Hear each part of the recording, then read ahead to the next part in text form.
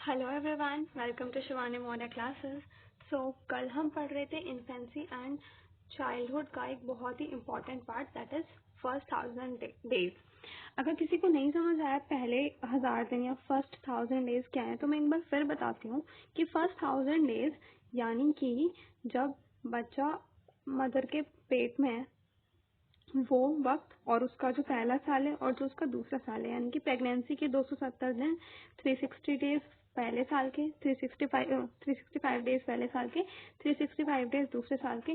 तो ये जो सारे दिन होते हैं इन सबको मिला के बनते हैं फर्स्ट 1000 डेज, यानी कि जो बच्चा है उसकी लाइफ के पहले 1000 दिन ये बहुत ही ज्यादा जरूरी होते हैं।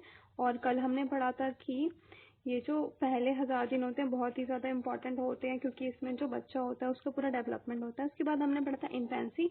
इन्फेंसी में जो बर्थ वेट होता है बेबी का, वो मदर के वेट से और जो पूरा प्रेगनेंसी का टाइम पीरियड है जिसे हम बोलते हैं जेस्टेशन, उससे डिसाइड होता है। उसके बाद हमने ये पढ़ा था कि लो बर्थ वेट बेबीज क्या होते हैं और कैसे जो बेबी का जो वेट है वो कैसे कैसे बढ़ता है। जब वो 6 महीने तक का होता है तो उसका वेट डबल हो जाता है, जब वो 1 साल तक का होता है तो उसका वेट ट्रिपल हो जाता है। उसकी जो स्टमक कैपेसिटी होती है वो 20 ml से लेकर 200 ml, 20 ml से लेकर 200 ml तक बढ़ जाती है 1 साल में।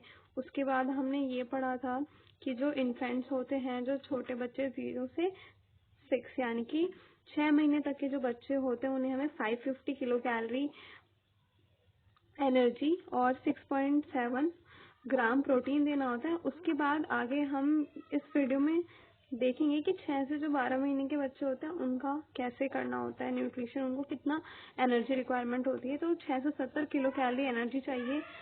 और ये थोड़ा सा ब्लर है, स्टिल मैं बता देती हूँ कि 8.8 होता है, 8.8 ग्राम प्रोटीन की ज़रूरत होती है। उसके बाद हमने इसी वीडियो में पढ़ा था कि ब्रेस्ट फीडिंग कितना ज़्यादा ज़रूरी है।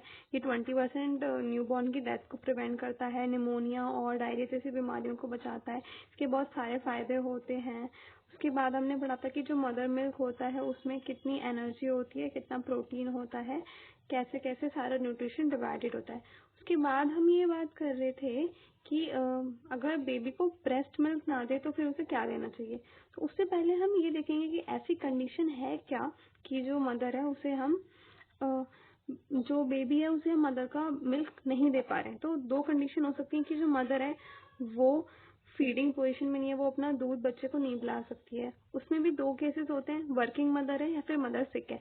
अगर वर्किंग फीमेल है, काम पर जा रही है, तो वो नहीं अपने बेबी को मिल्क ब्रेस्ट फीडिंग नहीं करवा पा रही है पूरे दिन भर, तो उसमें ऐसे में हम क्या कर सकते हैं कि मदर को हम मोटिवेट करें, उन्हें समझाएं कि जो माँ का दूध है वो बच्चे के लिए कितना ज़्यादा ज़रूरी है।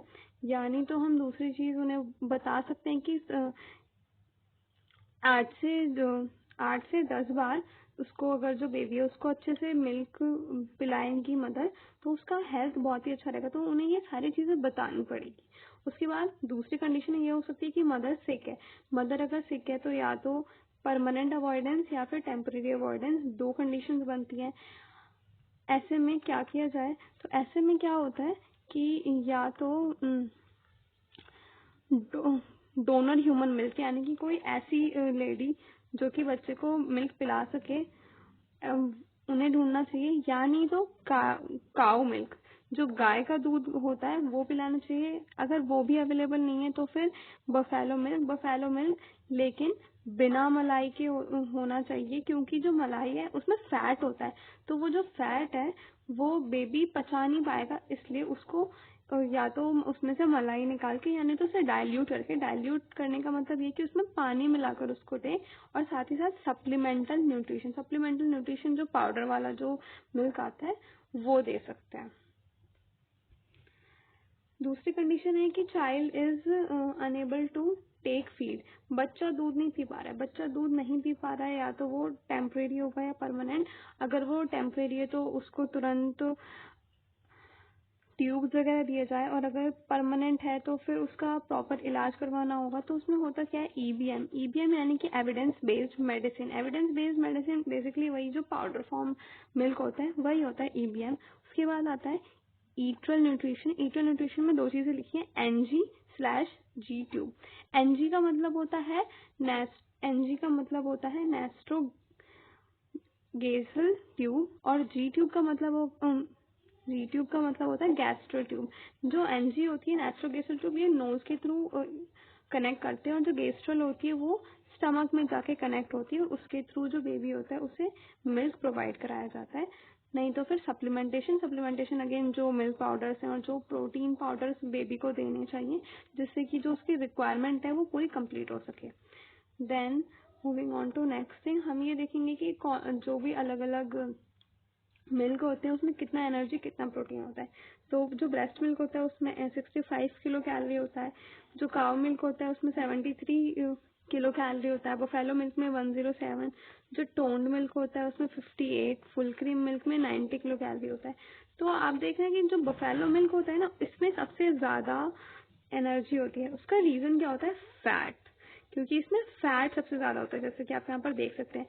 और यही कंडीशन है कि अब कल कोई बोले कि मैं अपने बच्चे को ब्रेस्ट मिल्क की जगह बफेलो मिल्क दे दूं क्योंकि उसमें तो ज़्यादा एनर्जी है, बट नहीं, क्योंकि इसमें फैट बहुत ज़्यादा है। तो जो बच्चा है वो बफेलो मिल्क को पचा नहीं पाएगा, उसको इंडाइजेशन हो जाएगी, डायरिया या फिर ऐसी पेट वाली प्रॉब्लम्स हो सकती है बच्चे को। तो इसलिए ब्रेस्ट मिल्क देना बहुत ज़रूरी है। दूसरा रीज़न क्या होता है कि जो ब्रेस्ट मिल्क होता है उसमें क्या होता है, इम्यूनिटी प्रोवाइड कराता है वो बेबी को, इसलिए वो बहुत ज़्यादा इम्पॉर्टेंट है। अगर ब्रेस्ट मिल्क अवेलेबल नहीं है तो काउ मिल्क देना चाहिए बच्चे को। काउ मिल्क उसके बाद फिर बफेलो मिल्क दे सकते हैं, बट जो उसकी मलाई होती है वो निकाल के, यानी कि जो उसका फैट है उसे निकाल देना, क्योंकि बच्चा उस फैट को पचा नहीं पाएगा। इसलिए जो माँ का दूध है वो तो सबसे बेस्ट ही होता है। नेक्स्ट हम देखेंगे कि जो 6 से 12 महीने के बच्चे, अब इन्हें क्या करना है। हमने देखा कि जो 0 से 6 महीने के बच्चे उन्हें हमें एक्सक्लूसिव ब्रेस्ट फीडिंग यानी कि सिर्फ माँ का दूध देना है, तो उससे उनका जो पूरा ग्रोथ है फिजिकल मेंटल वो सब अच्छे से होगा। बट अब 6 से जो 12 महीने के बच्चे उनकी रिक्वायरमेंट ज़्यादा है। हमने देखा था कि 0 से 6 जो महीने के बच्चे उन्हें 550 किलो कैलोरी में ही उनकी रिक्वायरमेंट पूरी हो गई, लेकिन जो 6 से 12 महीने के बच्चे उन्हें कम से कम 680 किलो कैलोरी चाहिए, यानी कि उनकी रिक्वायरमेंट बढ़ गई है, उन्हें ज़्यादा एनर्जी ज़्यादा प्रोटीन की ज़रूरत है, क्योंकि इस टाइम पे rapid physical emotional and mental development हो रहा है, यानी कि बहुत तेज़ी से जो बच्चा है उसकी रफ्तार हो रही है, उसका डेवलपमेंट हो रहा है। एंड फिजिकल एक्टिविटी थोड़ी सी बढ़ जाती है, क्योंकि पहले जब बेबी पैदा हुआ था तब तो वो एक ही जगह पर बैठा था, लेकिन अब वो थोड़ा मोशन करेगा, चलने की कोशिश करेगा, चीज़ें सीखेगा, तो उसकी फिजिकल एक्टिविटी भी बढ़ गई है। अब क्योंकि उसकी जो ग्रोथ है वो बहुत तेज़ी से हो रही है, इसलिए उसकी डिमांड भी बढ़ गई है, एनर्जी की, प्रोटीन की डिमांड। तो जो मदर मिल्क है वो भी धीरे धीरे डिक्रीज होने लगता है विद द टाइम। तो क्या होता है, और साथ के साथ जो मदर है उसके जो आयरन स्टोर्स होते हैं वो भी खत्म होने लगते हैं 6 महीने बाद। तो अब बेबी को कॉम्प्लीमेंट्री फीडिंग को हम हिंदी में बोलते हैं पूरक आहार। पूरक आहार पूरक आहार का मतलब है कि माँ के दूध के साथ साथ जो बच्चा है उसे बाहर से कुछ एक्स्ट्रा न्यूट्रिशन दिया जा रहा है in the form of food. Extra खाना खिलाएंगे बच्चे को। तो इसमें क्या होता है कि फूड तो देंगे ही देंगे, लेकिन साथ के साथ ऐसा नहीं है कि ब्रेस्ट मिल्क को छोड़ देना है, ब्रेस्ट मिल्क भी देना है और फूड भी देना है बच्चे को। सो इसमें लिखा है, if complementary feeding foods are not introduced around the age of 6 months, they are given improperly and infant growth में फॉल्टर। इसका मतलब ये है कि अगर 6 महीने के बाद बच्चे को कॉम्प्लीमेंट्री फूड ना दिया जाए या फिर उसे गलत तरीके से कॉम्प्लीमेंट्री फूड दिया जाए तो जो बच्चे की ग्रोथ है वो अच्छे से नहीं होगी। फॉल्टर मतलब कि उसमें परेशानी होगी। उसके बाद आता है वीनिंग पीरियड यानी कि वही जब 6 महीने के बाद बच्चे की रिक्वायरमेंट बढ़ गई है तो अब उसे मदर मिल्क के साथ साथ बाहर से एक्स्ट्रा खाना देंगे, जिसे हम बोलेंगे कॉम्प्लीमेंट्री फीडिंग।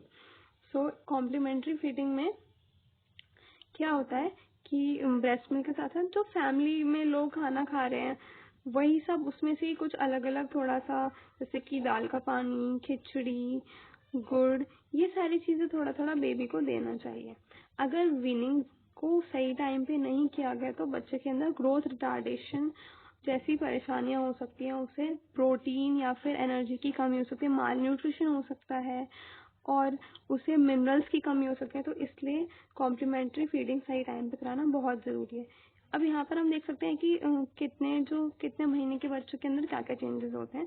तो जैसे कि यहाँ पर लिखा है, जो 6 महीने के बच्चे होते हैं वो बिना सपोर्ट के बैठना सीख जाते हैं।